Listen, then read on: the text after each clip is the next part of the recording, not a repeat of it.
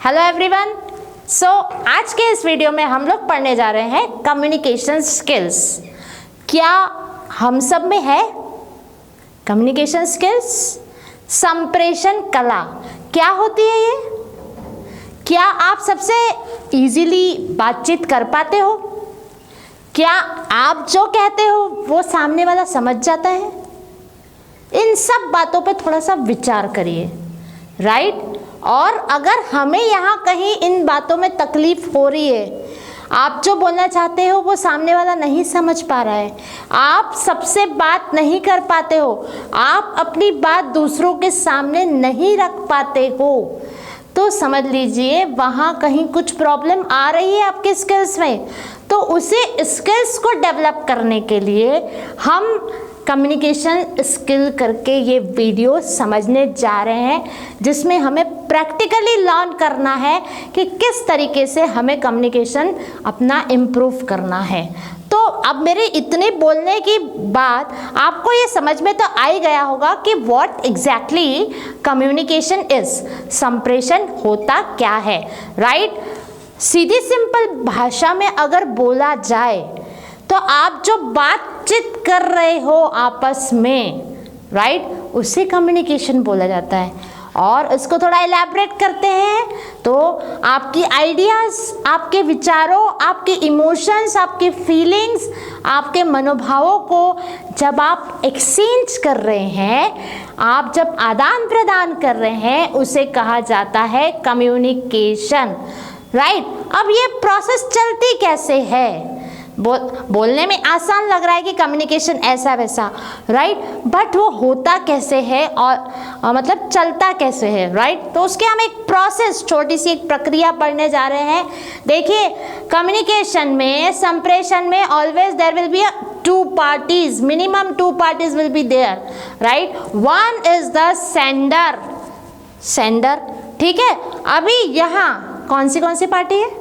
One is the sender. I am a sender over here because I am sending you a message. मैं आपको संदेश भेज रही हूँ। किसके संदर्भ में? तो कम्युनिकेशन स्किल्स के संदर्भ में, राइट? मैं यहाँ पे सेंडर हूँ और आप लोग जो सब सुन रहे हो, आप सब कौन हो? तो आप सब हो यहाँ पे रिसीवर, राइट? मतलब संदेश प्राप्त करने वाले। तो यहाँ सेंडर को बोला जाएगा संदेश वाहक और रिसीवर को बोला जाएगा प्राप्तकर्ता।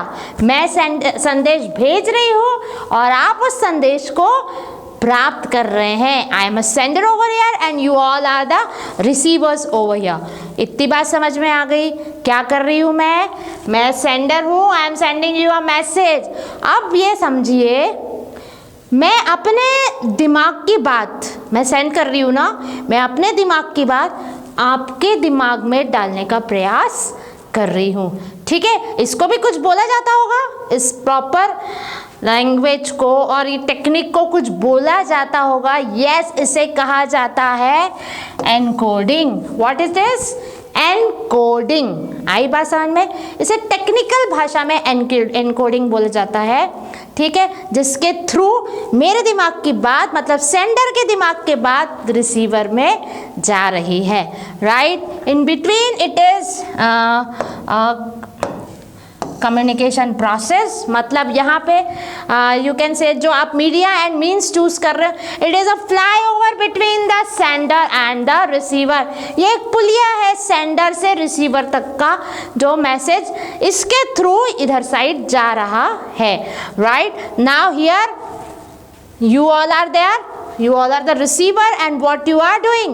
जैसे मैं अपनी बात आप तक पहुंचा रही थी एनकोडिंग के थ्रू, वैसे ही आप मेरी बात, सेंडर की बात डिकोडिंग के थ्रू अपने दिमाग में ले रहे हैं। आ रही इतनी बात समझ में? इसे टेक्निकल भाषा में एनकोडिंग एंड डिकोडिंग ही बोला जाएगा।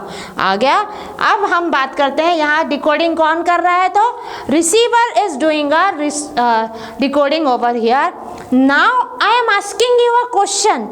मैं आपसे एक सवाल पूछ रही हूँ, क्या आपको मेरी बात समझ में आई? क्या आपको मेरी बात समझ में आई है ना? यस और नो। आपको आंसर देना है यस और नो में, ठीक है, या तो आप बोलेंगे यस या आप बोलेंगे no.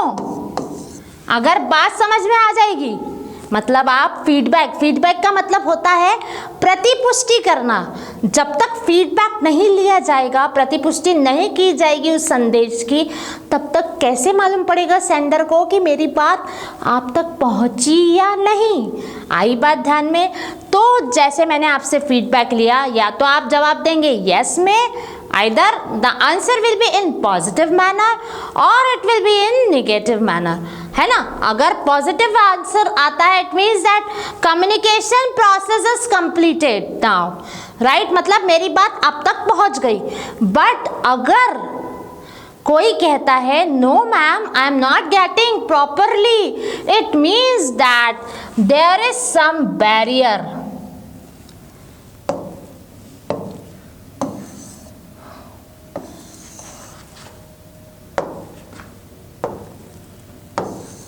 There is some barrier in a communication process.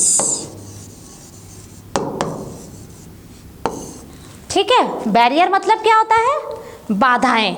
मतलब कहीं ना कहीं कम्युनिकेशन प्रोसेस में बाधाएं उत्पन्न हो रही है, either from the side of the sender और from the side of the receiver, right. कोई ना कोई रुकावट आ रही है, या तो सेंडर, अब कुछ ऐसे नॉर्मली मैं बात कर रही हूँ बैरियर की, तो सेंडर की तरफ से कैसी प्रॉब्लम हो सकती है?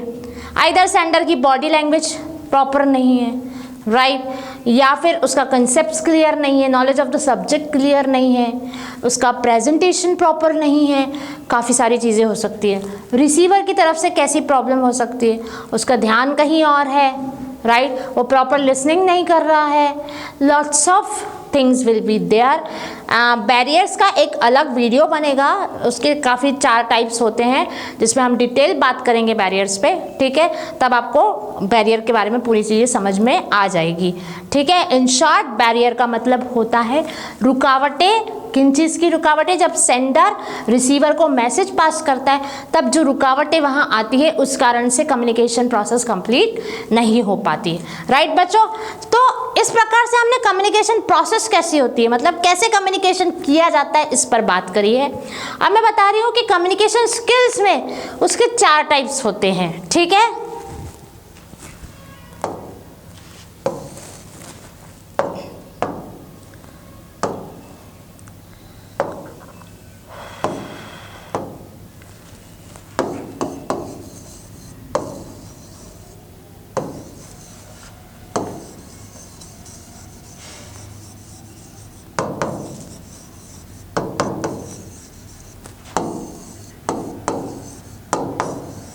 Okay, types of communication skills.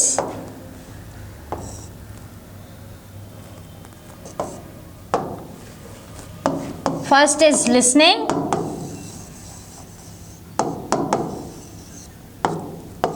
Second is speaking.